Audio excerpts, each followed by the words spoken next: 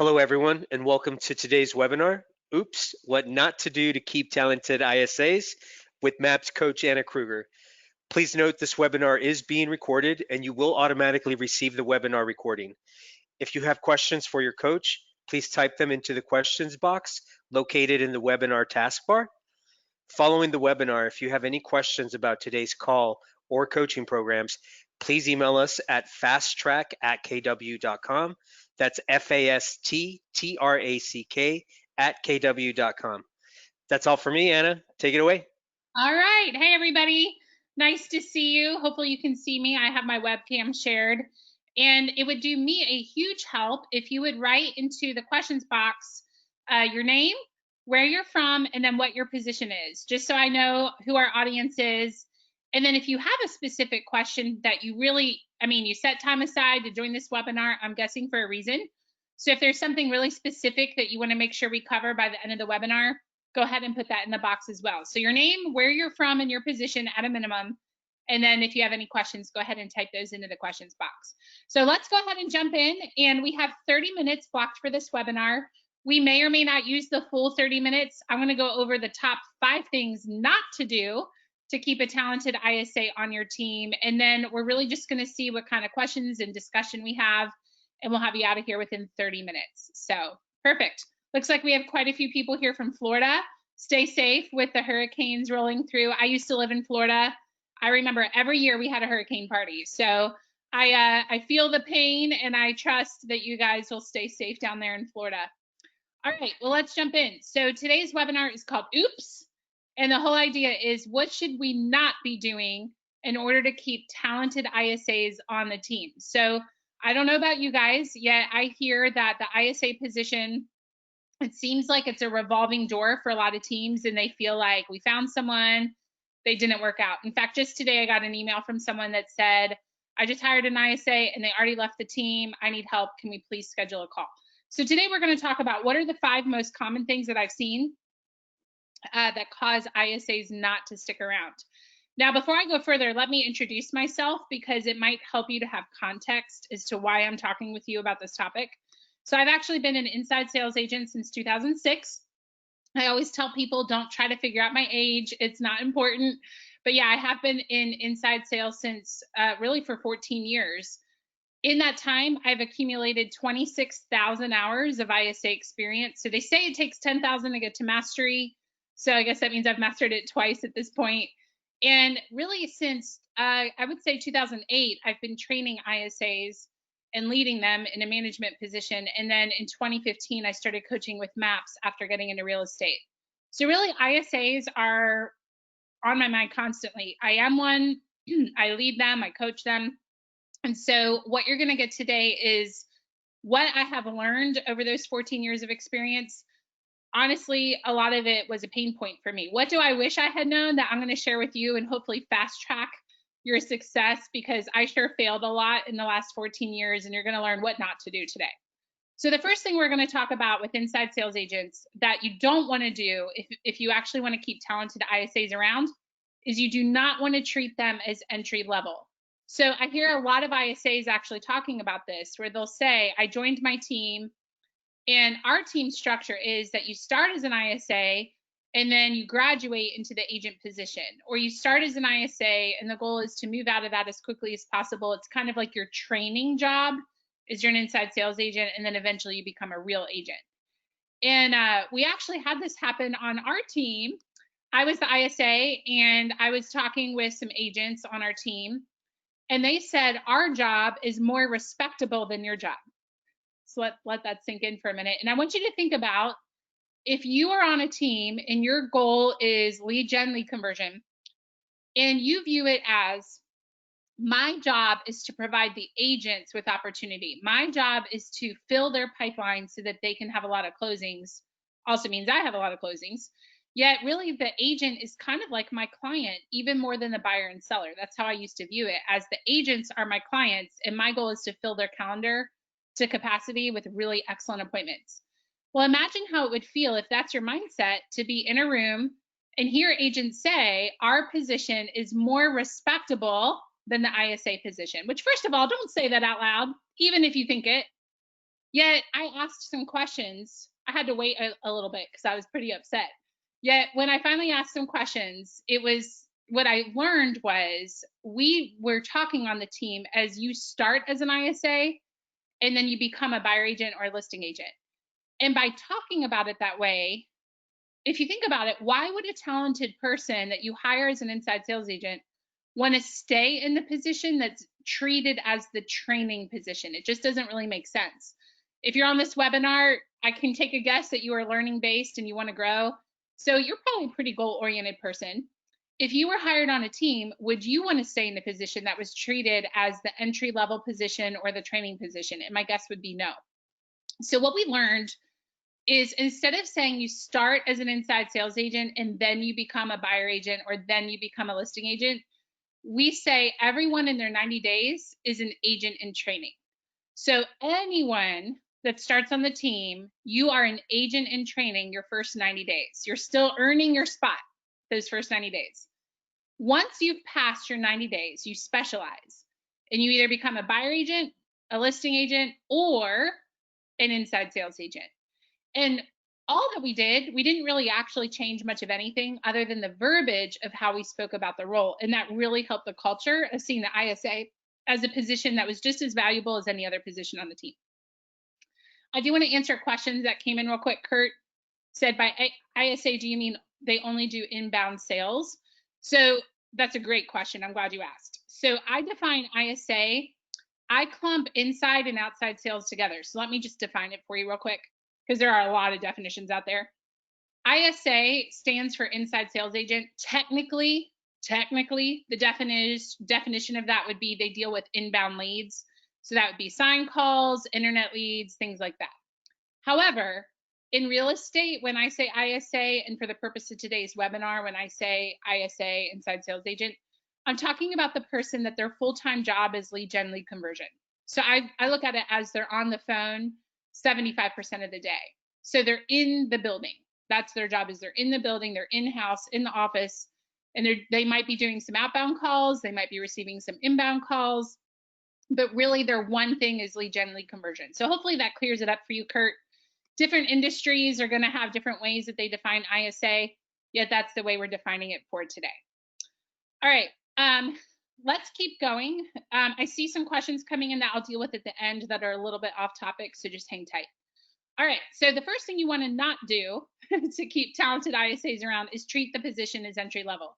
So obviously the opposite of that you do want to do is treat the position with respect and really let it be known this is a position that can truly turn into a fantastic career.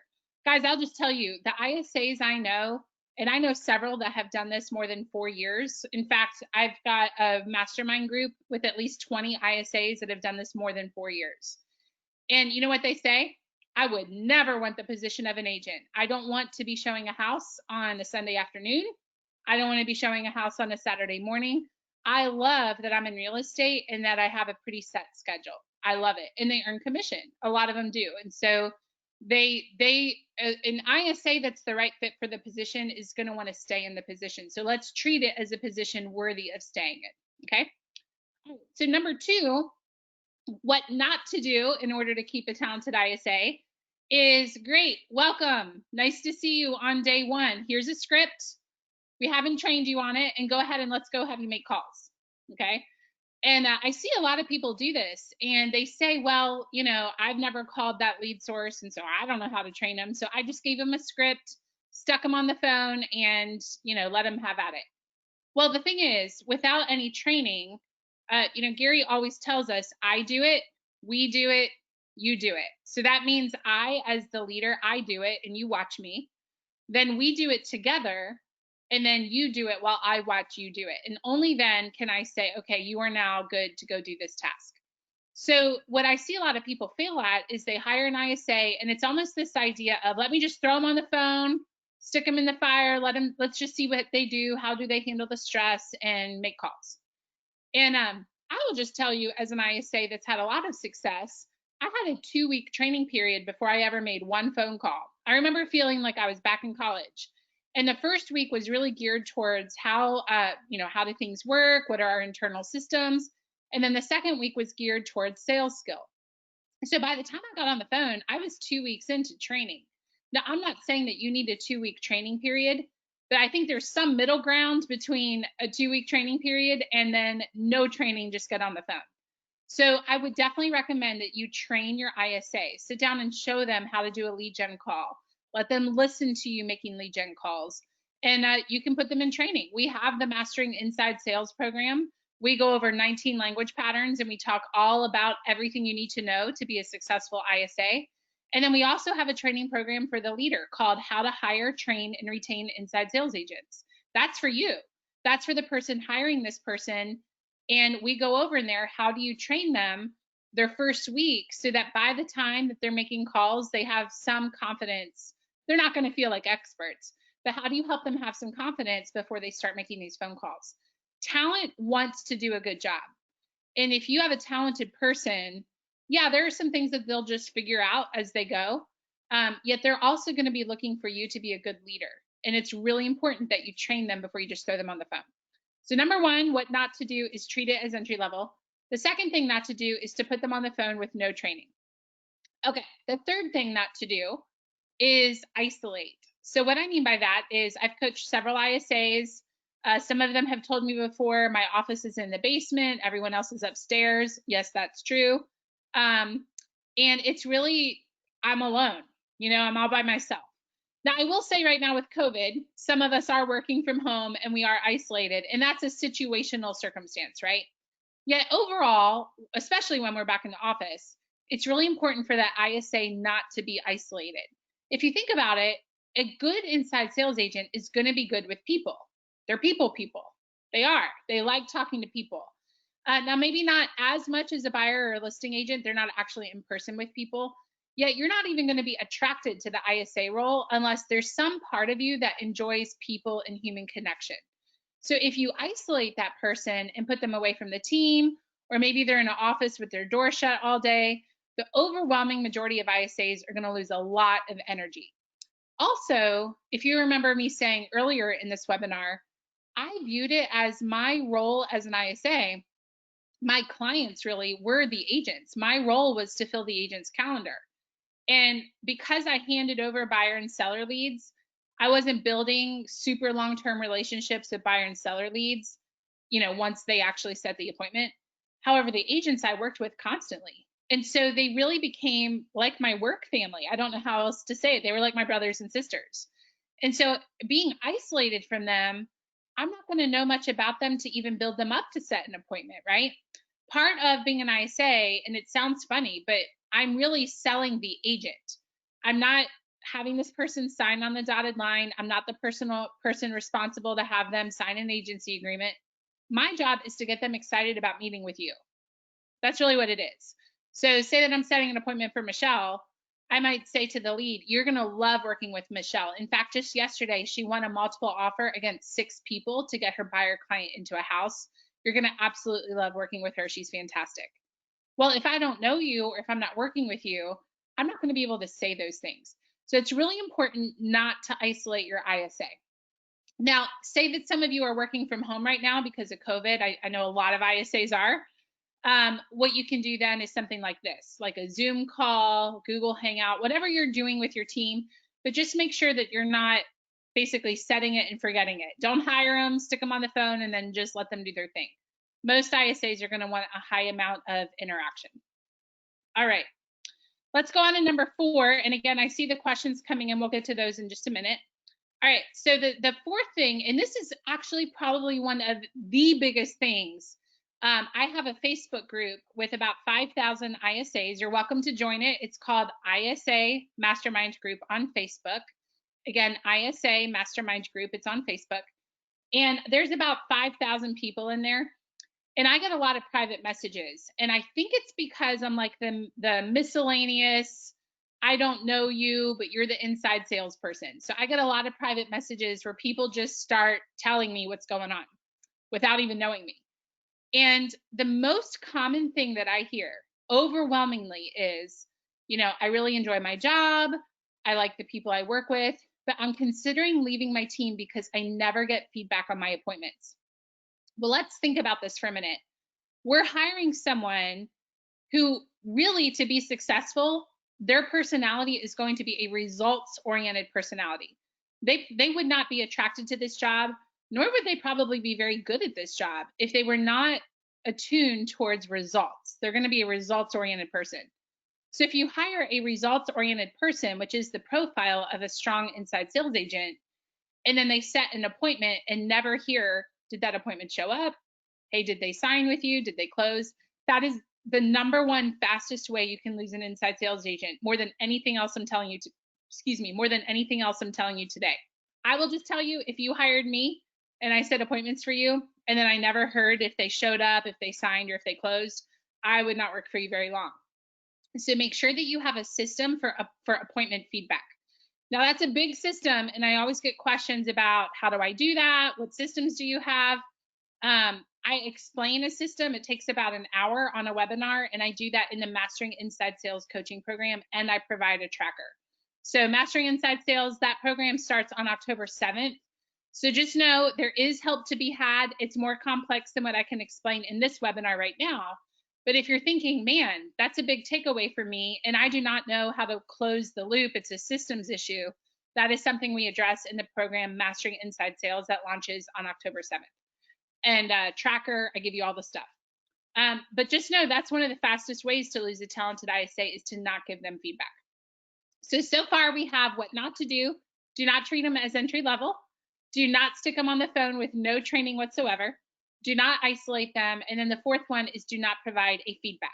Let me go ahead and give you number 5, and then I'll start answering the questions in the box. So number 5 would be do not recognize their efforts. So what I mean by this is we would frequently have a sales meeting, probably much like you do. Every Wednesday, we would have a sales meeting, and we would talk about who closed that week, who had a closing on the team, things like that. And I'll be totally honest with you, it would be really hard sometimes to be in that meeting because the agents would say, oh, yeah, I had 3 closings this week. Great. They would get recognition, awards were handed out.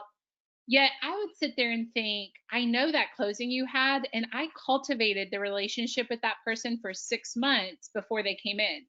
So I'm really glad you closed them. You should be recognized for that, right? It takes a lot of work to close out a client. Yet it was really hard to be a results-oriented person. The profile of a lot of ISAs is they appreciate recognition. It's part of what feeds most ISAs. It's a big part of what feeds their energy.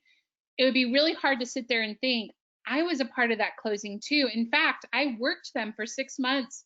I overcame objections. I set the appointment. I made sure they showed up. I pre-qualified them, and to not have recognition. So it's really important to make sure you recognize your ISAs. One thing I loved about my team leader is I told him how hard that was for me, and I could tell he had just never considered that. And he made it an immediate change, which just made me fall in love with my leader even more. So once I expressed that it was hard to not receive recognition after all that effort, our very next sales meeting, when people had closings, he would say, great. Hey, where did that appointment come from that gave you that closing? And by him asking those questions, it actually cultivated a culture within our team where the agents would come to me and say, hey, Anna, you know that guy that you called on the expired list? He just closed today. That's awesome. Hey, congrats. Thanks for your help. And the leader really helped cultivate that culture. So make sure that you're recognizing the ISA. I'll add to that, make sure you're recognizing everyone. You know, if you have a transaction coordinator, anyone that helps get a closing, make sure that you highlight them. It'll go a long way in filling their bucket. So let me go ahead and recap the 5 things not to do. And then I'll go ahead and tell you about the programs we have coming up, and then I'll get to the questions box. So number 1, do not treat them as entry level. Number 2, do not throw them on the phone with no training whatsoever. Number 3, do not isolate them. Number 4, do not give feedback. And then number 5, make sure that you do not recognize them. Make sure that you're giving them credit and recognizing the efforts, because a lot of times ISAs feel unseen or like the work they do doesn't matter. And really the only difference between the work I do doesn't matter to feeling like an integral part of the team is the way that the leader or the people around them recognize their efforts. Okay, so those are the top 5 things. So I've referenced twice some different programs. So let me go ahead and I'm going to share screen real quick if I'm able to. Let me pull this up real fast. Hold on one second, guys. There are two coaching programs that we offer that are for either the inside sales agent or the people that lead them. And actually, I'm not real sure that I'm able to share my screen with you the way this is set up today. So I'll just tell you where to go. If you go to annascoaching.com, and I'm going to put that into the questions box coming to you right now, annascoaching.com. Oh, here we go. I can share screen now. Thank you. All right, annascoaching.com. This is a MAPS program. I just created the link annascoaching.com because a lot of people said I can't find your programs on the website. So this was the solution to make it easy. But this is a MAPS program. You can see that at the top of the screen, KW MAPS Group Coaching. And you'll see the Rainmaker program, how to hire, train, and retain an inside sales agent.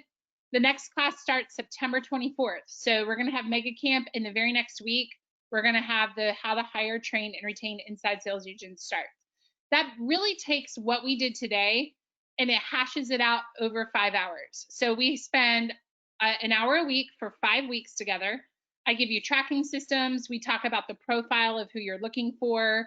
We talk about, what do you track? So what are some reasonable expectations? We talk about how to determine the ROI on the position. So how do I know that I'm actually getting my money back for what I'm paying for this person? And all that is $199 for 5 weeks. So that starts September 24th. And then separately, we have the inside sales program called Mastering Inside Sales. This program is really for the person actually doing the lead generating, lead cultivating.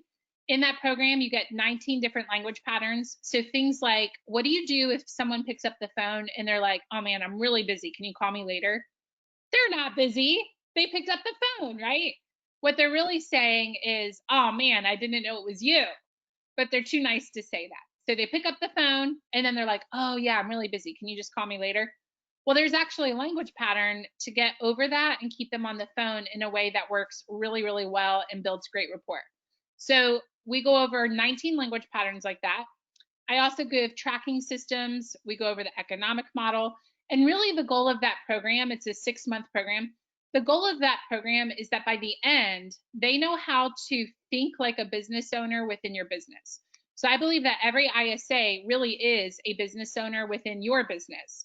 When I was lead generating at the Haro Group, I understood that my income is really dependent upon my effort. So yes, I'm on a team, but I have my own leads. Like I have my own little micro business here within the larger business.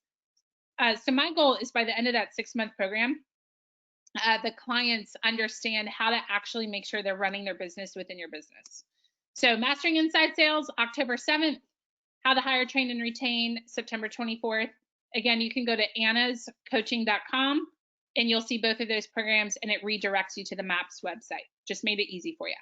All right, so let's see what questions we have that came in and we'll get you out of here in the next 7 minutes. Perfect. Okay, so Michelle said, are they not paid a base salary during the first 90 days? Most ISAs I know of are paid a base salary during the 90 days. I mean, it's just pretty standard. And then, but they do understand they're in their 90 days and they have metrics they need to hit by the 30th day, the 60th day, and then the 90th day. But yeah, they are usually paid a base pay. Do the ISAs show houses?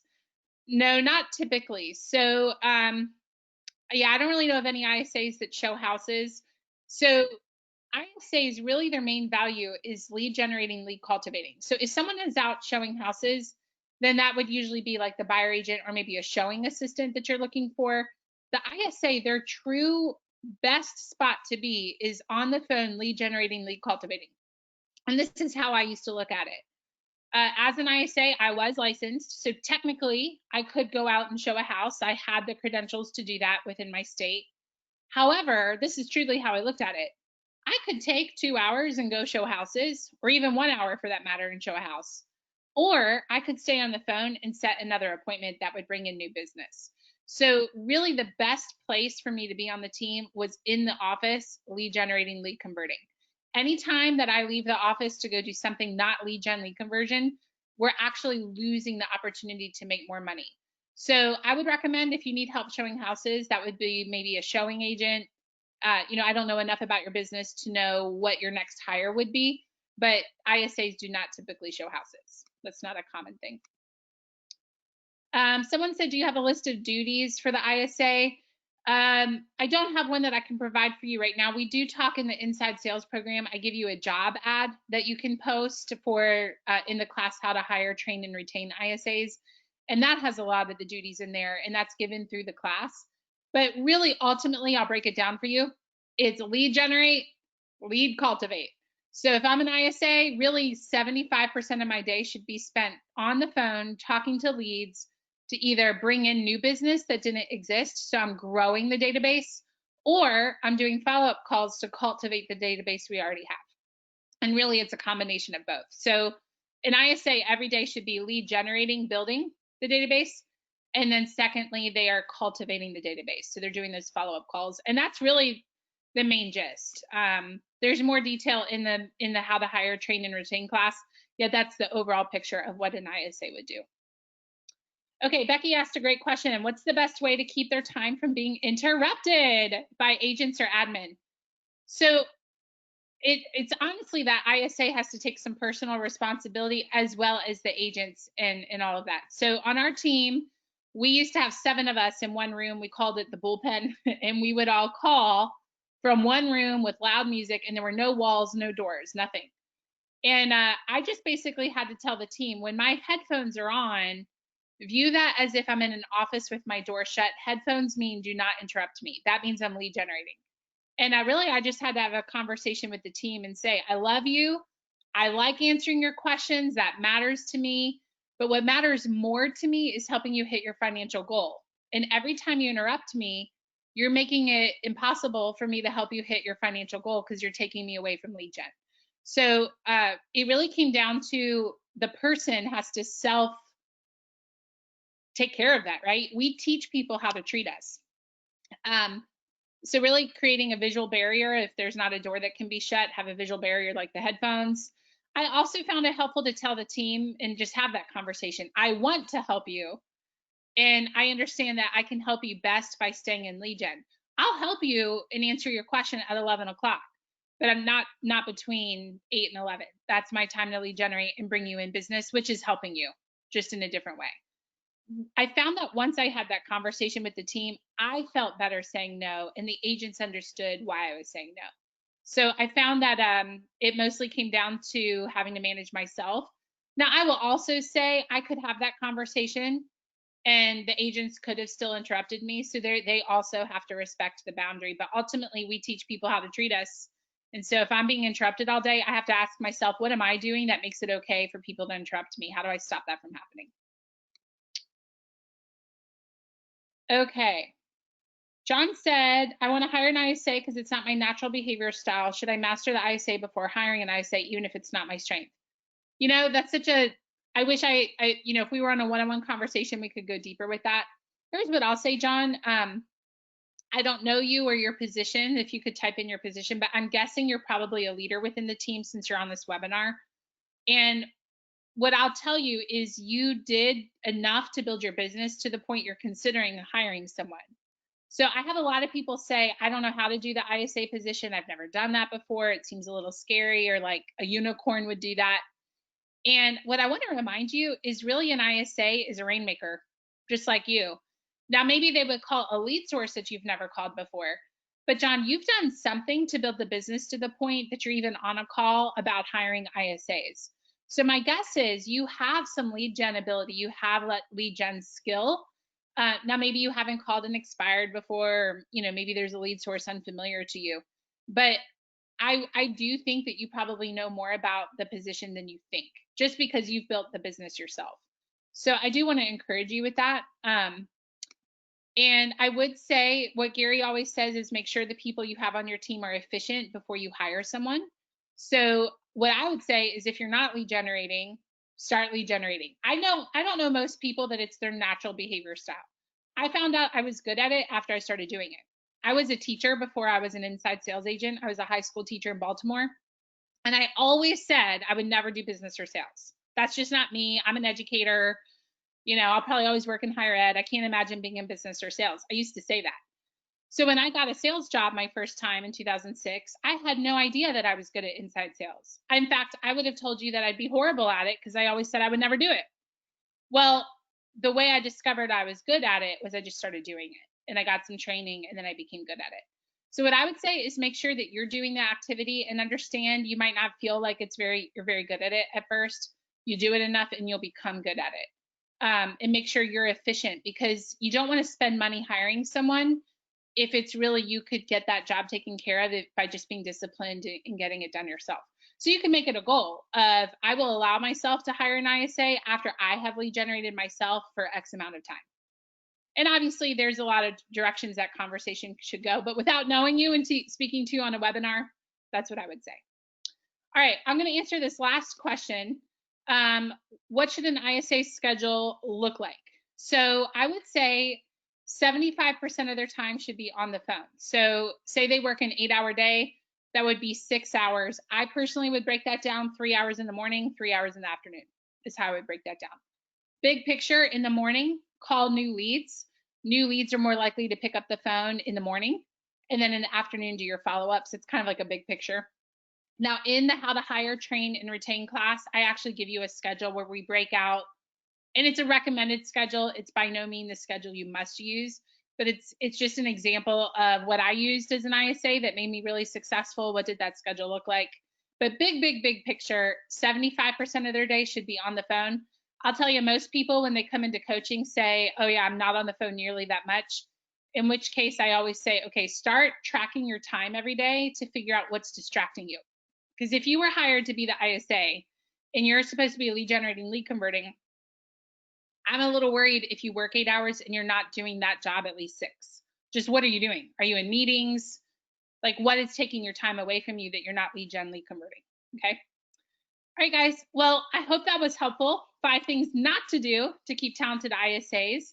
And again, we go over a lot more detail in the How to Hire, Train, and Retain class. It's $199 for 5 weeks. It starts September 24th. All sessions are recorded, so if you can't join live for any reason, they are recorded and available for 60 days after the end of class. And then separately, we have the class for the actual ISA called Mastering Inside Sales. That one launches on October 7th, which sounds far away. It's really only a couple of weeks, guys. That is just crazy to me. So we're almost in September. How did that happen? All right, thanks for hanging out with me this afternoon, and I hope you have a fantastic rest of your day. Bye, everybody.